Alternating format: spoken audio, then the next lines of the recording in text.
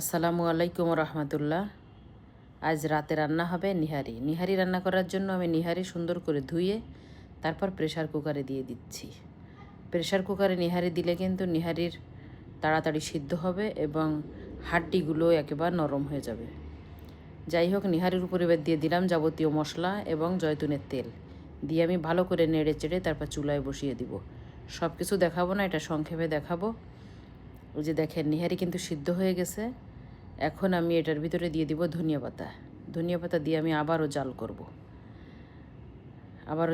জাল করার পর ব্যাস এভাবে জাল করব। এই যে দেখেন, আমার নিহারি রেডি। এখন পরিবেশনের পালা। নিহারি সর্বপ্রথম বাড়ির মালিককেই তো দেওয়া উচিত নাকি? বাড়ির মালিককে দিয়ে শুরু করলাম দেয়া। রেদনের পাপাকে দিয়ে শুরু করলাম, তাকে দিয়েই শুরু করি। আর আজকে আর কেন করব না, সেইভাবে শুরু করে দিলাম। তার জন্য পরিবেশন।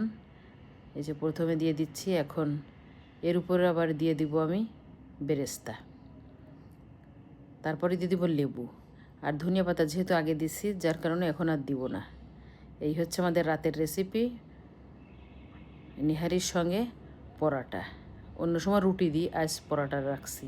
তা কেমন হলো সবাই জানাবেন আর ভালো থাকবেন। আল্লাহ হাফেজ।